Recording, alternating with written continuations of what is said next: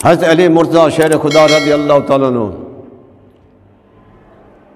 آپ فیصلہ فرمانے میں، یعنی حضور نے فرمایا نا آنا مدینۃ العلم والی و باب ہوا، میں مدینے کا علم کا شہر ہوں اور علی اس کے دروازے ہیں۔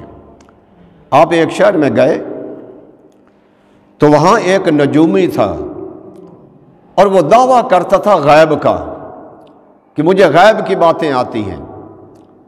حضرت علی مرتضیٰ شیر خدا کو پتہ چلا، آپ نے اسے اپنی دعوت پر بلایا، سامنے وہ آ گیا، سالن آ گیا، شوربہ، کیونکہ اس وقت شوربے والی سالن اکثر آج سے پہلے لوگ شوربے والی سالن پکاتے تھے، بلکہ حضور نے خود بھی فرمایا کہ جب تم سالن پکاؤ تو ایک گلاس پانی کا زیادہ ڈال دو، ہو سکتا تمہارا پڑوسی مانگنے کے لیے آئے تم اس کو دے دو، اور آج کے تو خشک سالن ہوتے ہیں تاکہ کسی کو دینا بھی نہ پڑے۔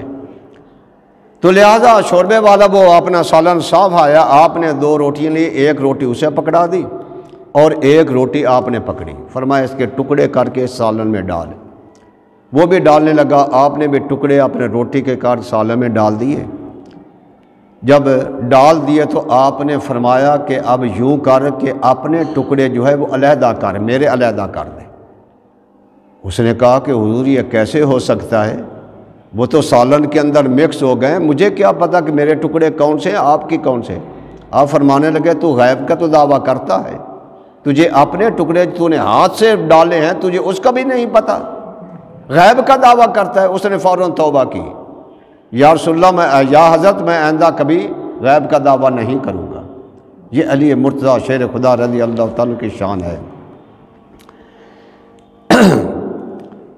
اسی طرح حضور علیہ الصلوۃ والسلام نے فرمایا کہ علی تیری محبت، تیرا پیار گناہوں کو ایسے جلا ڈالتا ہے جیسے لکڑی کو آگ جلا ڈالتی ہے، یعنی لکڑی آگ کو جلا ڈالتی ہے، راکھ کر دیتی ہے، اسی طرح تیری محبت جو ہے فرمایا کہ وہ اپنا گناہوں کو جلا ڈالے گی، لیکن محبت وہ سچی ہو، جیسے میں نے پہلے ہی کہا، پاکیزہ محبت ہو، پاکیزہ ناپاکی والی محبت نہ ہو، گندگی والی محبت نہ ہو، اچھی والی محبت ہو۔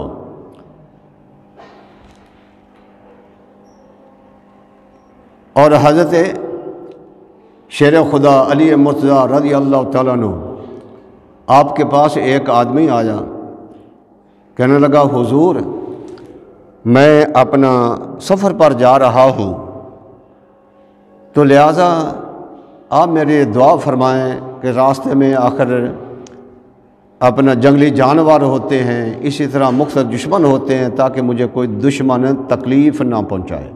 آپ نے اپنی انگوٹھی اسے دی، فرمایا یہ انگوٹھی لے جا، اگر کوئی بھی جانور تجھ پر حملہ کرے تو انگوٹھی اسے دکھا دینا۔ وہ آدمی کہتا ہے کہ میں آپ کی انگوٹھی لے کر چل پڑا، راستے میں دیکھا تو جنگل کے اندر ایک شیر میرے طرف دوڑتا ہوا غراتا ہوا آیا۔ جب غراتا ہوا آیا تو میں نے اسے انگوٹھی دکھا دی۔ اب جب اس نے انگوٹھی دیکھی، پہلے آسمان کی طرف اس نے دیکھا، پھر زمین کی طرف دیکھا، اور پھر غرایا اور غرا کر پھر بھاگ نکلا، میرے قریب ہی نہ آیا۔ تو جب کہتے ہیں کہ جب میں واپس آیا تو علی مرتضیٰ شیر خدا رضی اللہ تعالیٰ کو انگوٹھی دی، تو آپ نے پوچھا بتا تیرے ساتھ کوئی واقعہ تو نہیں ہوا تھا؟ عرض کیا حضور یہ میرے ساتھ واقعہ ہوا ایسا، تو مجھے یہ نہیں پتا کہ وہ اس شیر نے آسمانوں کی طرف کیوں دیکھا، زمین کی طرف غرایا، پھر اس کے بعد واپس بھاگ نکلا۔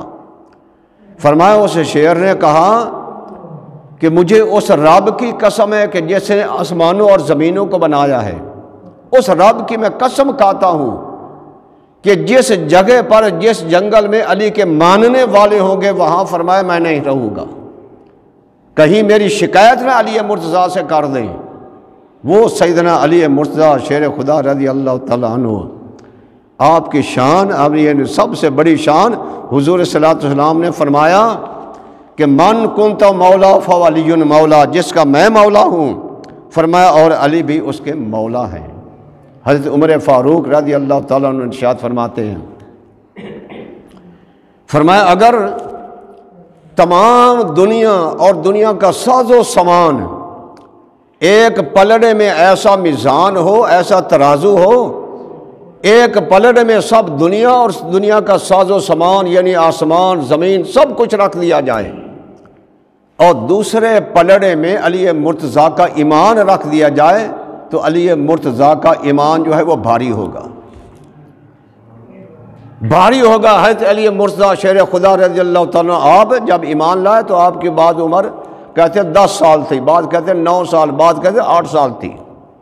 حضرت خدیجہ الکبریٰ آپ کے بعد یعنی حضرت علی مرتضیٰ شیر خدا حضور پر ایمان لائے تھے، پھر حضور کی پرورش میں تھے کہ حضور صلی اللہ علیہ وسلم نے انہیں پالا، اپنی فرزندی میں لے لیا تھا اور ان کی پرورش فرمائی۔ بتاؤ جسے حضور اپنا فرزند بنا لیں اور جسے حضور تربیت کس کی کریں، پرورش کریں، تو بتاؤ وہ علی نہیں ہوگا تو اور کیا ہوگا؟ وہ شیر خدا نہیں بنے گا تو اور کیا ہوگا؟ وہ مشکل کشا نہیں ہوگا تو اور کیا ہوگا؟ وہ حضور صلی اللہ علیہ وسلم کا وہ بھائی نہیں بنے گا تو اور کیا ہوگا؟ وہ علم کے شہر کا دروازہ نہیں ہوگا تو اور کیا ہوگا؟ اس کی محبت انسان کو جنت میں لے جائے گی، ایمان کے ساتھ لے جائے گی، تو اور کیا ہوگا؟ وہ